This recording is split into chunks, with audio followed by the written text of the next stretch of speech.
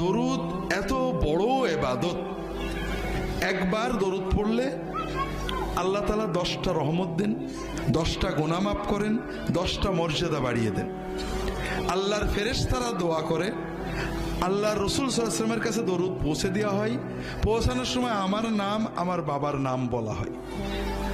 এরপরে নবীজি সাল্লাল্লাহু আলাইহি ওয়াসাল্লাম নিজে দোয়া করেন, সালাম দিলে সালামের জবাব দিয়ে দেন। যে বেশি বেশি দরুদ পড়বে আল্লাহ তাআলা তার আরো কিছু মর্যাদা দেবেন। 1 নম্বর, তার দুনিয়ার টেনশন, মনের কষ্ট দূর করে দেবেন। 2 নম্বর, তার দোয়া কবুল করবেন। 3 নম্বর, আখিরাতে সে রাসূলুল্লাহ সাল্লাল্লাহু আলাইহি ওয়াসাল্লামের শাফাআত পর বেশি যোগ্যতা অর্জন করবে। তাহলে আমরা দরুদ পড়লাম, একবারই পড়ি। এখন কথা হলো কোন দরুদ পড়ব, ঠিক না? এটাও তো মুসলমানদের ঝগড়ার একটা বড় বিষয়। মুসলমানরা নামাজ রোজা নিয়ে ঝগড়া করে না, হালাল খাওয়া নিয়েও ঝগড়া করে না, কারণ এগুলো আল্লাহ কোরআনে বেশি বলেছেন। আর যেগুলো আল্লাহ কোরআনে বলেননি, রাসূলুল্লাহ সাল্লাল্লাহু আলাইহি ওয়াসাল্লাম মোটে বলেননি, এইগুলো নিয়ে ঝগড়া করে।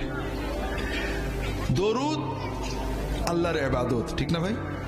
তবে এটা আল্লাহর কাছে চাওয়া। আপনি যদি না পারেন এমনিই বলেন আল্লাহুম্মা সাল্লি আলা মুহাম্মাদ, এটাও দরুদ। আল্লাহুম্মা সাল্লি আলা মুহাম্মাদিন ওয়া আলিহি ওয়া সাল্লিম, এটাও দরুদ এবং সালাম। তবে রাসূলুল্লাহ সাল্লাল্লাহু আলাইহি ওয়াসাল্লাম যেটা শিখিয়েছেন সেটা উত্তম।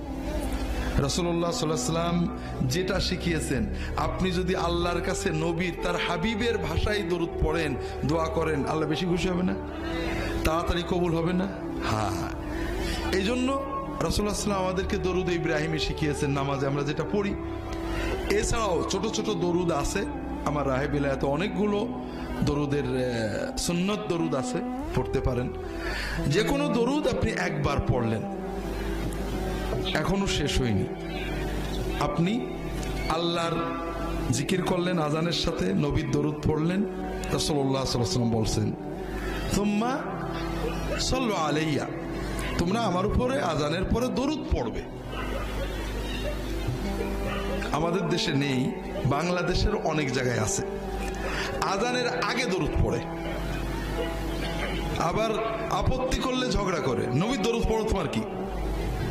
নবীজি বললেন আজানের আগে পড়তে না পরে পড়তে? পরে পড়তে।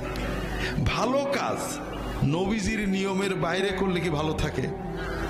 আপনি নামাজ শুরু করেন না, বিসমিল্লাহ বলা ভালো কাজ না খারাপ কাজ? বিসমিল্লাহ আল্লাহু আকবার করবেন, হ্যাঁ? কি বলবেন? আল্লাহু আকবার। বিসমিল্লাহ বলবেন না কে? এত একটা ভালো কাজ করবেন না কে? কারণ এই সময় নবীজি বিসমিল্লাহ বলা শেখাননি। এই সময় আল্লাহু আকবার বলাই হলো বিসমিল্লাহ। কথা বোঝেননি?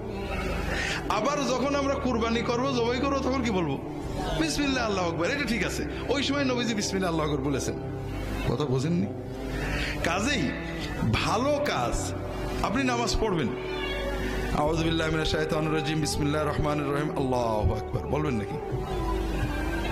আউযু বিল্লাহ ভালো কথা, বিসমিল্লাহ ভালো কথা, কিন্তু ইবাদত বন্দেগী নবীর শিক্ষার বাইরে যুক্তি তর্ক দিয়ে বানানোর মানেই হলো আপনি নবী মানেন না। নবী যে মানে সে যুক্তি খোঁজে না, সে নবী খোঁজে। আর নবী যে মানে না সে কি খোঁজে?